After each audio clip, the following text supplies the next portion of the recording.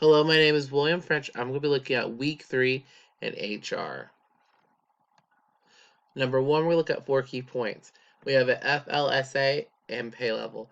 FLSA has a minimum wage. It's a minimum wage that each state has that keeps the company from saying someone should get paid $1 an hour. It's a minimum wage rate that's fair for the state.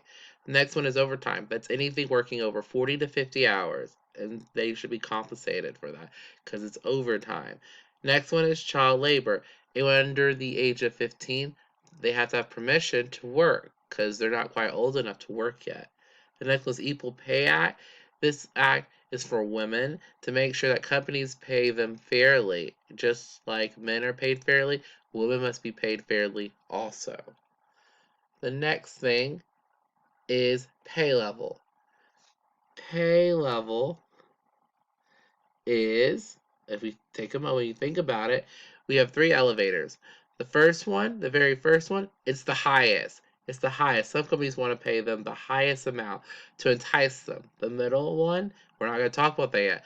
The next one is the farthest one. The farthest one, it's low. It's the lowest amount. And some companies, they can only pay the low amount, or some companies, they're trying to save money. The next one is the comparable, which means that they want something that's it's reasonable amount that is by the government. It's not too much. Next is 3, which is COLA and FSA. COLA is the cost of living. It's something when they look around and they see, like, is this enough money for individuals? It's like a stimulus check. They look around, see this is the month, and they say, okay, this is how much they need each month. This is enough for living. Next is a FSA, which is a flexible spending account, which is a pre-tax dollar that can be used to pay for medical expenses or any other health related expenses. Number 2, things I've learned. Number 1 is ESOP. ESOP is a individual with other people who own the company. That's awesome. The next thing I learned was about IRA, which you can go to a bank and open up an account, and they'll give you a specific amount to put in for the year. They might offer 3,000. If they offer 3,000, well, each for that year you can only put 3,000. You can't put over or more. You just put in 3,000. And if you don't, well, you kind of lose out. But it's there to help you grow a retirement. And at the age of 62, you'll be able to withdraw from it. Number 3 is benefits. What are the 3 things that government provides? And 2 things I want to see in my job, on my job. Okay, on my job, I get paid off for holidays. That's awesome. Vacation days, sick days. But would like to see them offer me some employee paid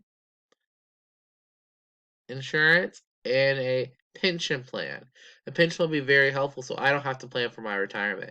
They'll do it for me. It is not something extra, it is pre-planned done for me. I don't have to think about it. The next is employment paid insurance. It would help me not to go out look for an insurance company for me. My job would provide insurance and I don't have to go looking for someone. And the things we need to know is that the government does 3 things. They do unemployment insurance, Social Security, and workers' compensation. Workers' compensation is for people who get hurt on the job. Also, Social Security is something we get at 62. The next thing is unemployment insurance. If you're unable to find a job, they will send you money so you can survive. And they do these things, if you think about it, is to attract workers, to keep workers, and to increase the total pay package for the employees. Even though there's a cost, they still see a benefit at the end. And that is what I learned for week 3 in HR. Thank you. All images are credit to Google Slides. And thank you. And I am out.